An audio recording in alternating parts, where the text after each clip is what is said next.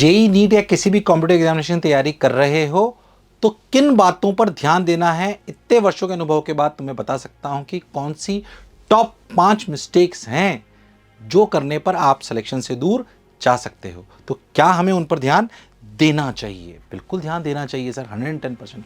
5 mistakes ध्यान से सुनना, पूरे अनुभव के साथ लाया हूँ, बहुत सालों से बच्चों को पढ़ा रहा हूँ, खुद भी आईआईटी से क्लियर्ड हूँ तो मुझे पता है, और काम की बातें होंगी और हर एक पॉइंट बहुत इंपॉर्टेंट है। लास्ट के 2 पॉइंट तो बहुत ज़्यादा इंपॉर्टेंट है, खैर सभी इंपॉर्टेंट है। तो बिना टाइम खराब करे चलते हैं कि हम किस तरह की 5 मिस्टेक्स करते हैं। अगर आप प्रिपरेशन चालू कर रहे हो तो ये आपको नहीं करनी है, क्योंकि हम सभी चाहते हैं जब प्रिपरेशन चालू करें तो हम सफल जरूर हों। पहली मिस्टेक कि बच्चे इग्नोर कर देते हैं बेसिक्स को। मैं जेई की तैयारी कर रहा हूँ, नीट की कर रहा हूँ, यूपीएससी की कर रहा हूँ, इनकी कर रहा हूँ, बेसिक्स को इग्नोर कर देते हैं कि यार मेरे को अब तो मैं अच्छे एग्जामिनेशन तैयार कर रहा हूँ, मैं टफ पढ़ूंगा। ऐसे बात नहीं बनेगी। किसी भी पहाड़ को चढ़ने के लिए पहले छोटे छोटे पहाड़ों की ट्रेनिंग करनी आवश्यक है, रनिंग की करने की आवश्यक है, चलना जरूरी है। आप ट्रैकिंग हिमालय पे कैसे चढ़ पाओगे अगर आप नॉर्मल किसी पहाड़ पर नहीं चढ़ सकते, आप पैदल नहीं चढ़ सकते, आप रनिंग नहीं कर सकते, आपका स्टैमिना नहीं है, जाहिर सी बात है। तो क्या इन पहाड़ जैसे एग्जामिनेशन को पार करने के लिए आपकी बेसिक ट्रेनिंग होनी चाहिए? हाँ, बिल्कुल सही बात है। तो ignoring basics is one of the mistakes. इसमें भी 2 टाइप की मिस्टेक जो बच्चे जान लेते हैं। तो एकेडमिक वाली होती है कि अच्छा मेरी सर ट्रिग्नोमेट्री वीक है, मेरे को सर फॉर्मूले नहीं याद हैं, सर मेरे बहुत बेसिक फॉर्मूलेज मुझे नहीं याद हैं। ये सब बेसिक्स हैं। क्या है? बेसिक। तो बेसिक एकेडमिक्स की भाई लॉग नहीं आता मुझे अगर मैं तैयारी कर रहा हूँ तो, या कुछ भी, मतलब बेसिक चैप्टर्स, इसे बच्चा समझता है, ये उसे पता भी होते हैं। पर इनसे भी ज़्यादा इंपॉर्टेंट मैं बताऊँ ये होती है बेसिक स्किल्स। ये तो आप शायद नहीं भी आता है तो हो सकता है आपके टीचर आपको बेसिक पढ़ा दें।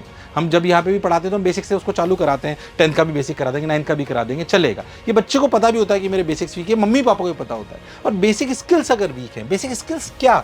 अगर आपकी वर्ड्स पर मिनट पढ़ने की स्पीड 100 से ज़्यादा नहीं है तो आप एग्जामिनेशन के पेपर को क्लियर नहीं कर पाओगे। अगर आपकी एक्यूरेसी परसेंटेज, यानी कि जो आप पढ़ते हो उसको पढ़कर समझ लेते हो, उसको पढ़ने की क्षमता आपकी 90% से ज़्यादा नहीं है, ये बेसिक स्किल्स हैं। आप फोकस नहीं कर पाते, ये आपकी बेसिक स्किल्स हैं। आप एग्जामिनेशन फोबिया है, ये बेसिक स्किल्स हैं। इन सब पर बहुत बड़े बड़े वीडियो बनाए जा सकते हैं।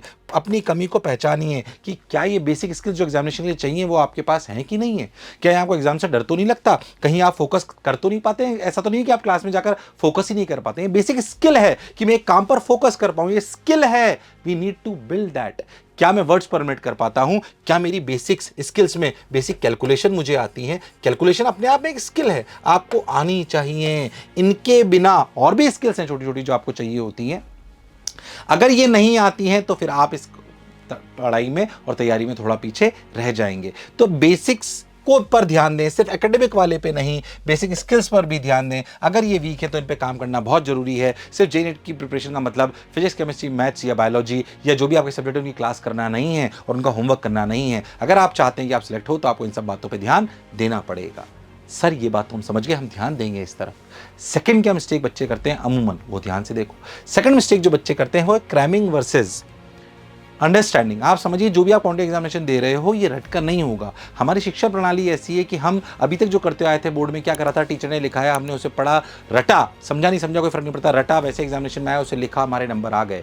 पर कॉम्पिटिटिव एग्जामिनेशन में सवाल आएंगे, आपकी क्रैमिंग से बात नहीं बनेगी, मतलब रटने से बात नहीं बनेगी, आपको अंडरस्टैंड करना पड़ेगा। रटने से बात नहीं बनेगी। मैं नहीं कह रहा हूँ कि रटने की कला नहीं आना चाहिए, रटने से बात नहीं बनेगी, ये याद रखना, रटने से बात नहीं बनेगी। समझना पड़ेगा आपको, क्योंकि इसमें क्या आते हैं कॉम्पिटिटिव एग्जामिनेशन में? सवाल। और सवाल असलियत में 3 चीजों का कॉम्बिनेशन होते हैं।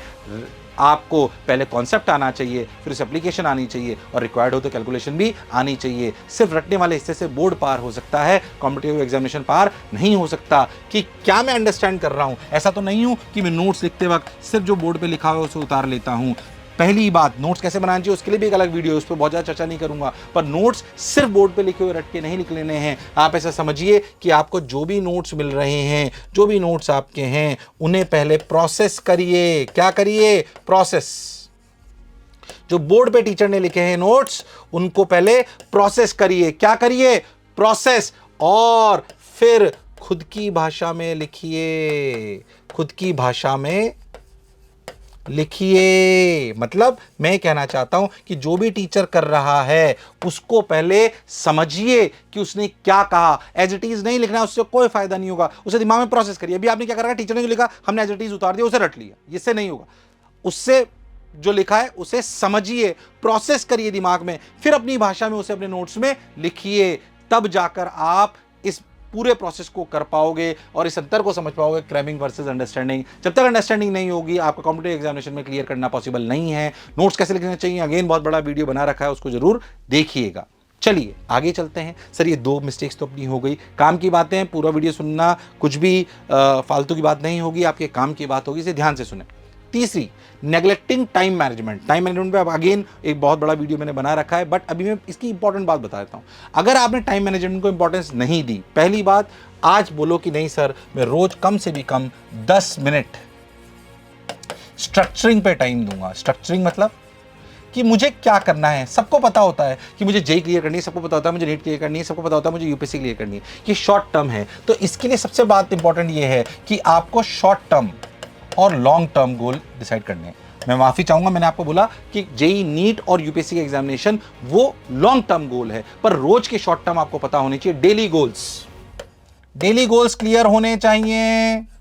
डेली गोल्स अगर क्लियर नहीं है कोई फायदा नहीं होगा। लॉन्ग टर्म तो सबको पता होते हैं बेटा, उससे भी बड़ा लॉन्ग टर्म होता है कि मुझे जीवन में सफल होना है, उससे भी बड़ा होता है कि मुझे जीवन में खुश रहना है। अरे पर कैसे रहना है उसके लिए शॉर्ट टर्म पता होना चाहिए। अल्टीमेटली तुम जेई नीट यूपीएससी क्लियर करके भी तो खुशी होना चाहते हो अपने जीवन में, अपने परिवार को अच्छा रखना चाहते हो, खुद अच्छा रहना चाहते हो, सम्मान पाना चाहते हो, जिससे तुम्हें खुशी मिलेगी। अल्टीमेट गोल तो वो है, ये भी नहीं है शायद, ये थोड़े long term short term goal हैं, आप ऐसा समझें। पर शॉर्ट टर्म जो डेली वाले हैं वो जब अचीव करोगे तो भी आप बात बनेगी। तो पहली बात, एक कसम खाओ आज की हम टाइम मैनेजमेंट को बिल्कुल नेग्लेक्ट नहीं करेंगे। टाइम कैसे मैनेज करना चाहिए उस पर एक अलग से वीडियो बना रखा है, उसे आप जरूर देखिएगा, उस पर पूरी बात अभी यहाँ पे नहीं करेंगे। अभी सिर्फ तब बोलना चाहता हूं कि रोज 10 मिनट स्ट्रक्चरिंग करिए अपने शॉर्ट टर्म गोल्स को। किसको? शॉर्ट टर्म गोल्स को। याद रखें ये टाइम सबसे ज्यादा इफेक्टिव होना चाहिए, क्योंकि यही वो जो तय करेगा कि तुम्हारा दिन आज का कैसे जाने वाला है। तो planning is very very important. कैसे प्लानिंग करनी अपने आप में बहुत बड़ा विषय है, कैसे टाइम मैनेजमेंट करना अपने आप में विषय है।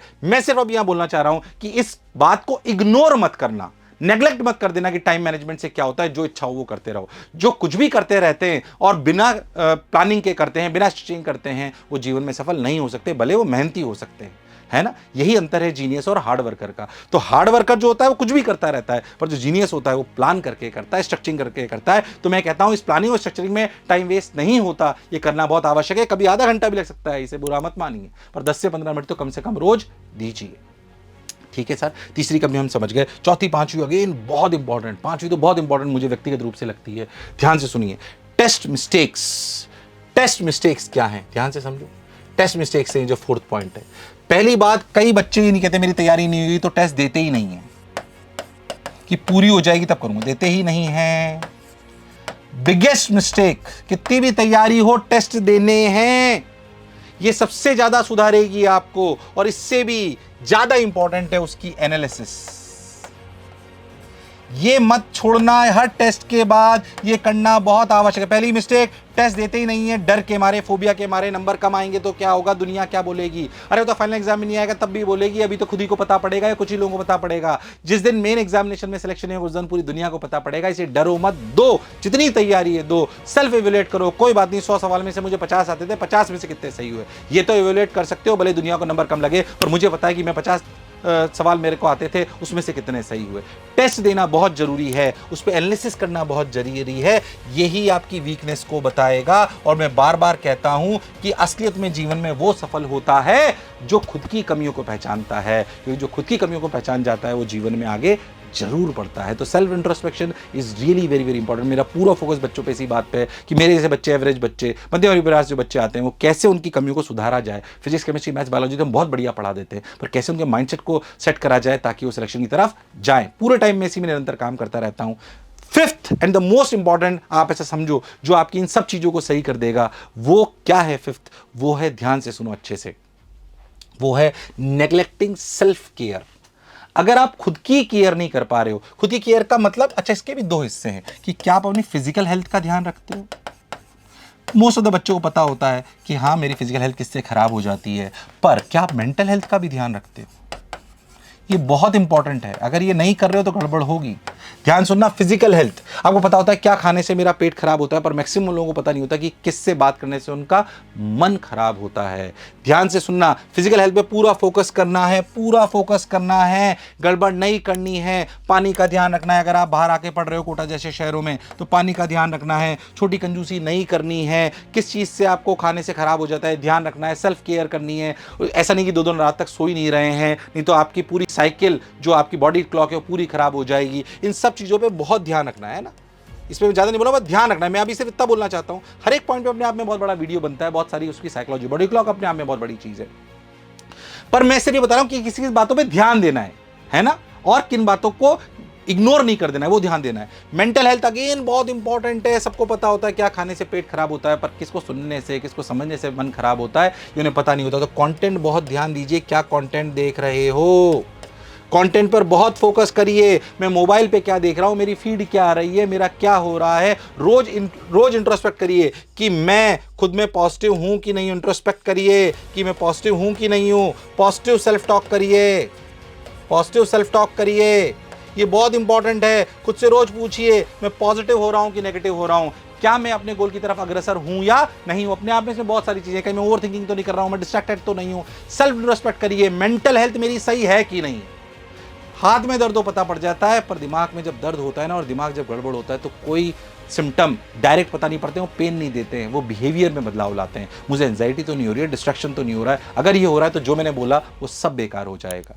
तो आशा करता हूं तुम अगर जेईई और नीट की प्रिपरेशन कर रहे हो तो इन 5 मिस्टेक्स को इग्नोर नहीं करोगे, इन पर ध्यान दोगे, काम करोगे, सेल्फ इंट्रोस्पेक्शन करोगे और ढूंढोगे कि खुद में क्या कमियां हैं। मैं ईश्वर से कामना करता हूं कि तुम सभी लोगों की पढ़ाई बहुत अच्छे से चले, तुम्हें तुम्हारे सपनों के सारे, जितने भी तुमने सपने देखे हैं वो सारे पूरे हों, क्योंकि मेरे भी सपने शिक्षा की वजह से और तुम लोगों के प्यार की वजह से पूरे होते जा रहे हैं। जो मैंने शिक्षा के लिए देखे हैं, स्वयं के लिए देखे हैं, परिवार के लिए देखे हैं, वो सब पूरे हो रहे हैं। तो मैं आपसे वादा करता हूं कि मैं शिक्षा को समर्पित रहूंगा और निरंतर आपके लिए कार्य करता रहूंगा और आपके प्यार को भी नतमस्तक होकर स्वीकार करता हूं। पर इन 5 मिस्टेक का ध्यान रखना है। लिख दो कि हाँ सर हम ध्यान रखेंगे।